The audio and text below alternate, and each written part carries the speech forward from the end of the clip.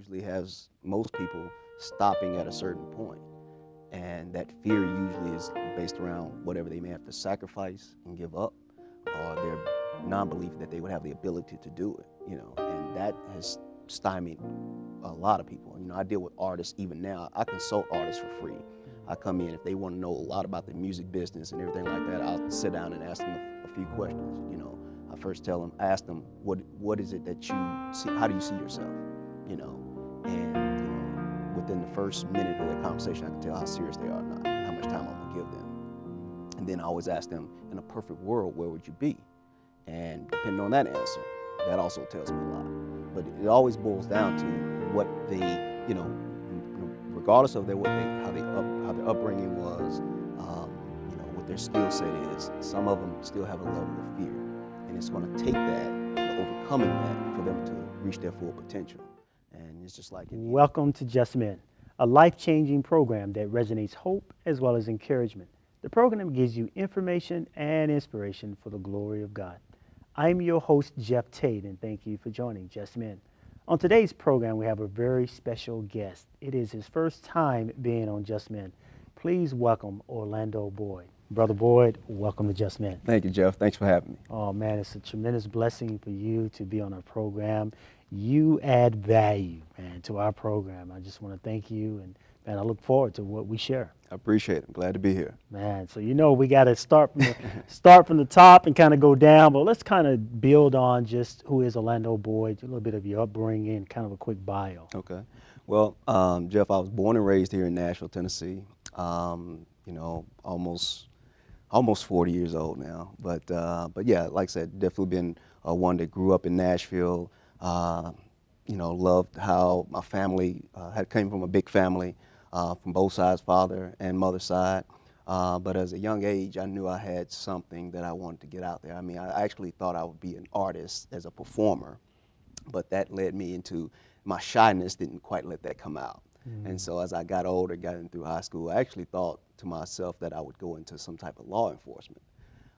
But God had a way of changing that as I got older and got out of high school, discovered that I really love music. And the music path is actually what led me to where I am today, and I know we'll probably get into that, but it was a pretty interesting journey that's got me to that. But overall, it's just bringing me closer to how my faith and how God has opened a path for me, and definitely to my heart is being able to help people. So that has been one of my course of everything that I've been doing since then, even going forward into things I would like to do with everything that He's given me. And so that's what I'm very excited about, and things that's coming to pass right now. Wow, that's beautiful. Yes. Talk a little bit about your family in terms of not only just your upbringing, your family, but then also your current family. Okay. In terms of that Well, relationship. I was like I said, my mother and father they separated, but I was raised by my mother. I have a brother and an older sister, and on my father's side I have a younger sister and a younger brother. So it's funny how I was kind of in the middle. But yet and still grew up mostly with my mother on my mother's side. With that family being huge, a lot of uncles, aunties, and everything like that, I was able to watch and learn. And that's been the biggest thing about being a shy person. You don't speak as much, but you watch and you learn and you see a lot of mistakes being made. And you keep navigating through that. You see the mistakes and you know not to make those. Unfortunately for some of my other relatives, they didn't. They would follow the path, but I instilled in me early, I just said, I didn't want to take that path. A lot of influences, seeing things that you watched on TV, seeing family shows and things like that, and said, that's what I want, and that kept inspiring me to, as I matured and got older, I wanted a family just in that same setting, and that's kind of where I am now. I've been married for 14 years, have 2 beautiful daughters, and I don't want to speak my age, but actually I have a grandson as well. Wow. So, but God has been faithful and good in that with me, and like I said, it just has shaped me. So. Yeah, wow. You've, and I'm going to change a little bit of course, because Okay. you've now laid some foundation on me. Yes. Particularly use the word shape, and what you've seen to model a family. Sometimes vicariously, we see how to model a family through others or through television, or like you said, in media. But tell me something about your wife and how shape. Now we use the word shape. Hmm. How she has really shaped you in becoming the man that you are and giving you this sense of vision and purpose in your life. Okay. Well, one of the things is that it helped me is that my wife is a little older than me. She's like 4 years older than me, and it was funny how we met. We actually grew up in the same neighborhood, and as I was getting, coming up, I actually had a crush on her, but she didn't give me a time of the day. I know the feeling. Yeah, and so, but as it, started maturing and everything, had a little something going on for me. It started to change a little bit, but yet and still, like I said, as a younger, growing up, I was mature for my age, and that's the thing that definitely attracted her. And as we, came together and we said, start, having some feelings and things like that for each other, it helped us both into a development. And especially, which is so important as we talk about, we'll get into maybe in the family, is that we grew together in our faith, because, I grew up and my family sparingly went to church. She had a family that went to a church, a neighborhood church, and, it had a doctrine that, she went along with it, but we came from two different paths in a sense. But because our journey together, it led us to a meeting place and to be, as we studied the word together, to be on one accord. And not to say that everything's been perfect, because every marriage has challenges and things like that. But it's been one of those things that has taken us, drawn us closer, definitely in things that we've gone through for me personally and also with my, career and things like that, has been one of those challenges that continue to draw us to closer. Now, I always like to say that she completes me in a sense because where I am weak, she is strong and vice versa, because in certain cases with me, in some ways on how I grew up, I was, not that I was selfish or anything like that, but I didn't have the caring heart, and seeing how she would give everything away, that just kind of helped me understand that part as well, and that selflessness. And so that part has made us be definitely compatible. And even after all these years now, it's been one of those things that we still look back on and we just say how time has flown. And, for too long, we'll be, empty nest, gray hair and everything like that. Yeah. So, but yeah, definitely. Wow, that's Yeah. beautiful. It's amazing just how we're starting our dialogue today and Hmm. with family Hmm. as the foundation before Yeah. building on anything. Yeah. And so let's begin to build on foundation Yeah. with family.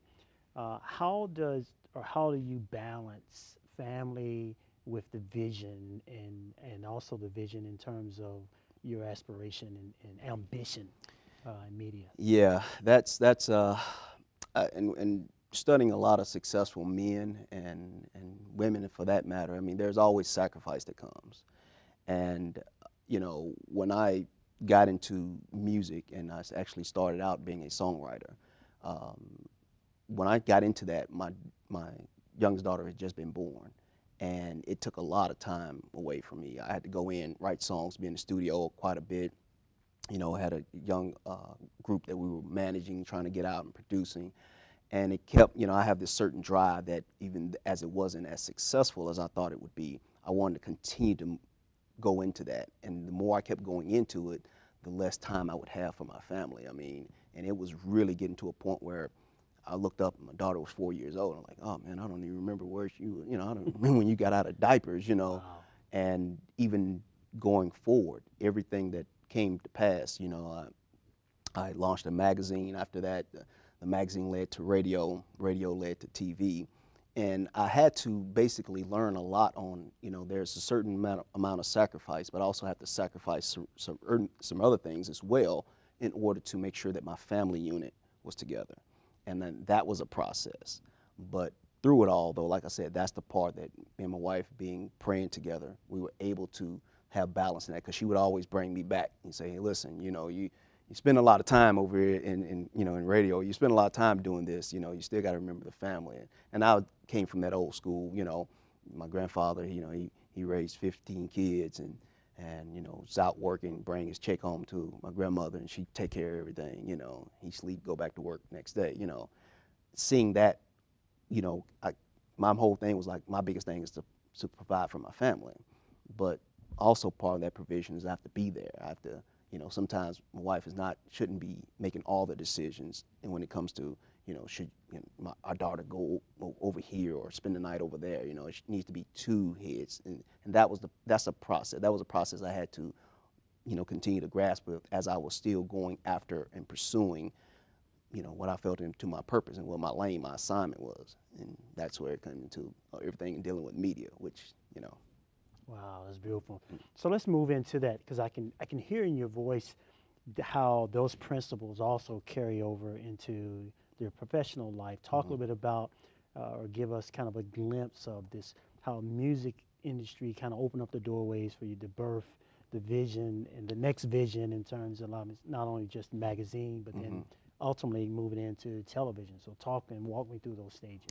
Well, actually, that's like I said, I started doing music writing. The writing and being a producer actually led me to work with a couple of entertainment companies to being a talent scout, because I always had this ability to find things. That's where it goes back to when in high school I thought I was going to be a detective or something, but I always had this ability to find things. And so I kept finding all these artists, these diamonds in the rough and everything like that. And during that time, I also discovered, like here in Nashville, being Music City, there wasn't a lot of platforms for urban music to have be able to get out there. At the time, radio was the only pretty much, step for them to do. So at that point, I working with an entertainment company, I saw that there was a magazine sent around all kind of independent music and everything like that. And I said, that's a great idea. Let me start an urban magazine. And so I did. Didn't know the first thing about publishing. Did not know the first thing about publishing, but I did research, talked with a couple of local publishers. Next thing you know, birth of Urban Ground Magazine in 2003. And what it did was, like I said, it did what it's supposed to have done. I mean, a lot of artists in Nashville was very excited about it. We came out our first issue in April of that year, and it hit like gangbusters. Everybody was wanting a copy, wanting to be in it, and things like that. And during that time, I also made a lot of associations with the radio stations in the market. And as I continued to develop with that, somebody dawned on me and said, man, you should go and work at the radio station. And I kept saying, nah, man, I don't think I want to. So, but yet and still, I wanted to create some synergy because I need to continue to brand the magazine. And once I went in and talked to one of the local radio stations, they's like, yeah, you need to come work for us. The only condition is you got to give up the magazine. And so at that point, it was like, you birth a baby and you say, okay, well, you're going to have to let it go. But I kept saying, there's more purpose into it. I said, I can expand it. So that's what I did.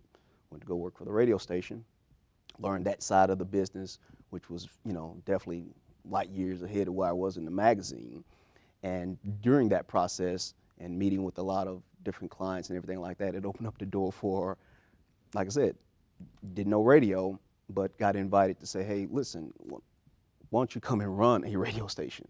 You're talking about I was only into radio maybe 2 years at the time, working with and working in it for 2 years. And someone asked me to come work and run a radio station, a gospel radio station. So I knew God had favor on me at that point. Definitely not no schooling or anything like that, but that's what led to the running the gospel radio station back in 2008. And so at that point, working in gospel radio, learning that side of it, running the management, from every nickel to every personnel, got into it being a very young general manager at that, mind you. I mean, I came in, it was an established radio station, and I came in being the youngest of all the employees, and I'm telling them what to do. So you can imagine that. Right. And got into it, really honed into really understanding that side of the business. And fast forward a little bit, and opportunity came open to start an affiliate for a TV station. Mind you, that, once again, didn't know radio, definitely didn't know TV, but the opportunity presented itself. And so after manifestation, learning a lot about the business of it, hence Bounce TV Nashville, and launching that. Yeah. Wow, man, that's a lot. It is a lot. That's a lot. That's It's a a lot. lot. What does that tell you in terms of, you use the word vision, use the word God having purpose. What does it tell you when you begin to reflect back on these various levels, particularly without a blueprint, without a footstep that you can step in and kind of lead you, and how you just launched out almost by faith? What does it tell you? Well, it tells me, and definitely reading more into the word and into that, because when you talk about vision, it wouldn't be vision if you knew what you had to do. I mean, and God was saying, like, go. It's like one of those cases, like in the Bible, where he said, "Just go," and you don't know where you're going, and that's where you're going into trust, because that was clearly the case, and not knowing, you know. I could have been scared and clammed up, especially like I said, I had to grow out of that shyness. I grew up with a lot of shyness, didn't want to be in front of people and things like that. And here I am telling people what to do. And it wasn't a skill set that I learned in vocational school or in college. It was just in through life practices and understanding people and understanding business and have that type of drive. So that definitely keyed the reliance on having God to guide my steps, simply because of that, because I didn't know exactly what I would do. But it was always one of those cases that he would put people in place that either I can learn from or would help support me and continue to go forward with the vision in that. And also, once again, not being ego, having a big ego or anything, I've definitely kept a humility through it, but always have been mindful of that, I'm on an assignment. And I can't say my assignment will always be in radio or always be in TV, but it is to whatever next he has for me. And that's what I keep my mind focused on.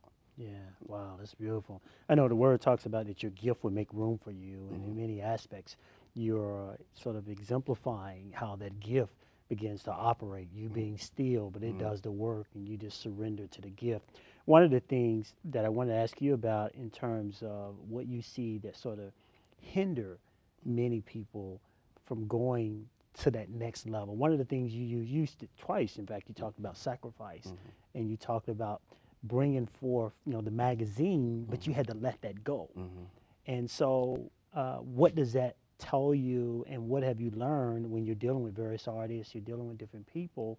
What do you think that hinders them many times from going to the next level or reaching some level of pinnacle in their own life?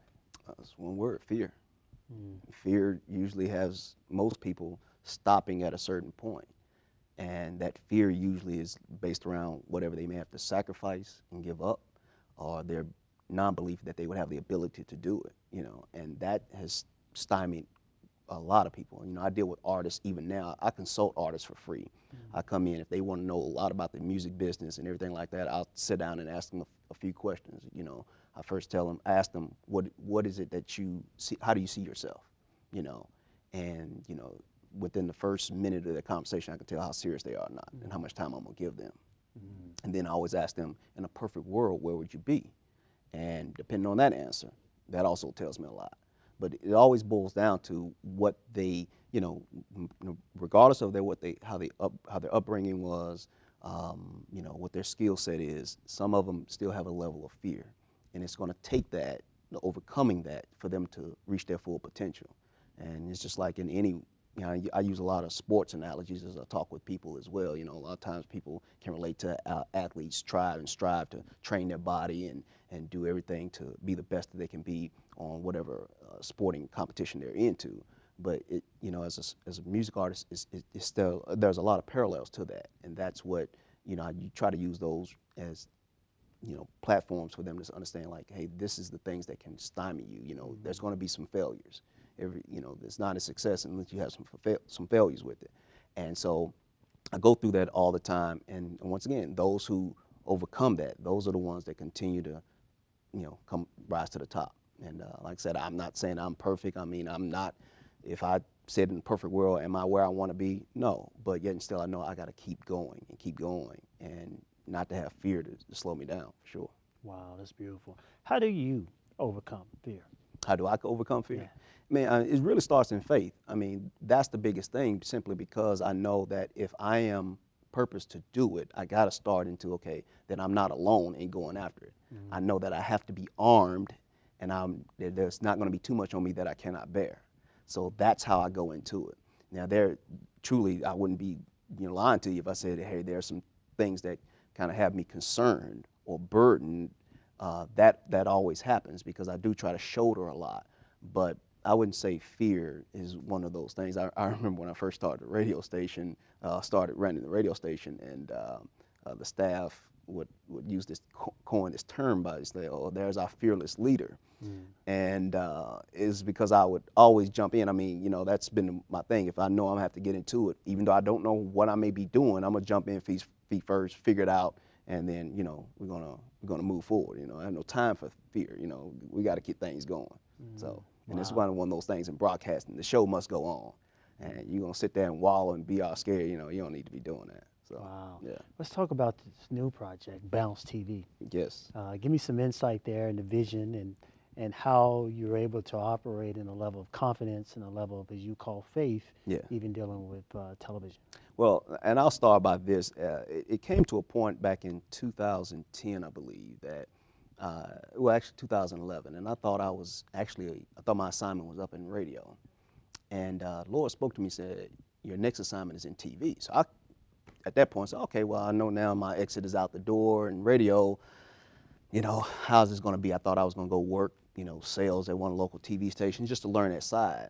But no, he was like, no, you keep in radio, but you're going to go into TV. And that's when it opened up about an opportunity for a upstart network, national network that was going to be launching. And got some inquiry from another radio person. He's like, hey, you might want to know this, the owner of the station, he doesn't probably, it's not a good fit. He's already running a Spanish station. He's want to bring this Bounce TV that's targeted toward African Americans. It might be a good fit for you. So I started investigating and doing a little bit research on it and said, okay, yeah, this might be a good thing. And also being obedient, Lord said, you're going to be in TV. Is this what it looked like? So one thing led to another, definitely got with some partners, invested, and like I said, throughout it, we knew we would have to launch over the air. Now, Bounce TV is the nation's first broadcast network targeting toward African Americans. Now, a lot of people say, well, BET is out there, but BET is a cable network. There's a difference between a broadcast, which is free over the air, and that's what Bounce TV is. Based in Atlanta, founded by Martin Luther King III and Andrew Young. They basically were the founders of it, wanting to set a foundation for a network that would play programming geared toward African Americans, what they like. Now, Bounce TV, most people who would watch it across the country now say it plays a lot of movies and off-network TV shows like, Fat Albert and Soul Train and things like that. But the key part is that it's that movies and entertainment that's not too risque, not showing, the scandalous stuff that's on TV right now, but definitely something that, the whole family can watch.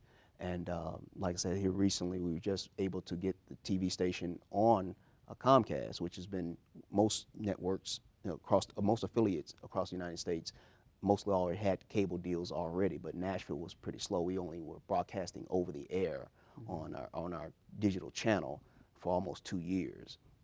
And we're being a low power station, not all of Nashville was able to pick it up. But now being able to be distributed on the cable network here in Middle Tennessee is definitely one of those big, pluses that now more people can enjoy it.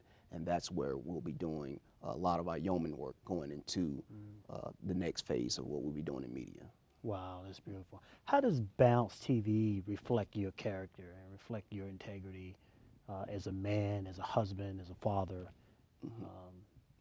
Well, as the network, now the network does do, not to say that every movie is a wholesome movie. And I'm saying that is that, it's broadcast TV, so it has to be edited. And, a lot of us grew up on movies like Shaft and several of those other movies like that. But, when you see them in the movie version, it's probably not something you want to take your children to. But when you see it on Bounce TV, it's edited and, nothing too suggestive and anything like that. But, it still has to adhere to the FCC rules. You can't have the vulgar language and things like that. But overall, what it means is that, if we didn't have satellite or cable, if you're watching it and you could pick it up over the air, it is still good TV. As we grew up, we didn't have cable, it was all over the air, and you watched it and you felt connected to the TV. That was your window into a world that you didn't live in. And that's kind of what Bounce does. Bounce plays a lot of movies, a lot of different, not all old movies. They play some update movies as well, but it kind of gives that feeling. So no matter what you are going through in your life, sometimes you need that vehicle, something to, go into for 2 hours. And you know what, my mind is not on whatever's burdened me. That's kind of what Bounce is, and that's kind of what's been the thing that we've also done, even as a radio station, playing a lot of gospel music and things like that. It's been very important where people can, go into a place, if it's going and giving praise or you going into a movie, is get you out of that out of that mindset or whatever it is burdening you and holding you down, for that time. Wow, that's Yeah. beautiful. Yeah. What would you want your legacy to be? Wow. That right now, and I say that right now because I know into my assignment is definitely to help others. One of my biggest things is that I hate seeing wasted talent. And so if you came to me, and I'm just saying, Brother Jeff said, you know what, I want to be the best talk show host I can be. Within my power, I try to, allow that platform for you to be able to do that, more people to hear your voice. It's just a matter of, I want people to say, okay, Orlando Boyd helped as much as he could, my biggest thing is, like I said, in wasted talent, I always had a drive that people would not say, man, Orlando Boyd could have been something like that, Nah, I'm like I said, I mean, I may have worn a lot of hats, but it's not going to be one of those things where Orlando Boyd could have been. And hey, if I go on and do something else outside of TV and radio, I mean, people may say, well, if he stayed in it, he could have done this, but I know when it's my time to, go on to something else, just like it was with the magazine. But for everything has its purpose. But, I'm going to continue to strive to do everything I can do to help others. And part of that, like I said, there's not a fixated dream or something I would say that, I've always wanted to be this, this, or this. My goal has always been able to help people, whatever that is, to help them, that they're not wasting their talent. Because my talent is helping people. Wow, that's beautiful. Man, that's powerful. I know we got to have you back on, and we want to expound more on just the vision and the mission and the significance, how family plays in your life, not just from the business standpoint, but also just your life in general. And as we begin to close, and I know there's a lot on my heart, as you said, because you said some things that really brings to surface how God gives or makes provisions for the vision, and how he sets us on this course of, you use the word trust, through trust. And if we really knew the power of God that lives on the inside of us, and know who's with us, you said, because I'm not going alone. I know that I can, because he's with us. And I believe if we understand the true power of love that is embodied from the inside out, which is Christ, him, the hope of glory is what the scripture calls it, then we can begin to see mountains move, and we can begin to see those things crumble that held us in bondage. Last word of encouragement, man. Good word. Well, I want to encourage anyone out there that may be chasing their dream. Please do not let fear hinder that. People come up with a lot of great ideas, but they're just a dream if you don't start to execute them. And a lot of times that execution is stymied by fear. Seek those people who are in that and just pick their brain, find out what they do, how they live, what their story is, and that'll help give you in those little bits of encouragement, and that'll start to choke out that fear. Wow. And so no matter what, if they're not a believer or not, those principles still, apply. But if you are a believer, it's very important to know and trust in faith, because faith is that foundation for that trust. And that's why I leave it at, Brother Jeff. Wow, that's awesome. Man, awesome. Stay focused. Yes, wow, sir. That's awesome.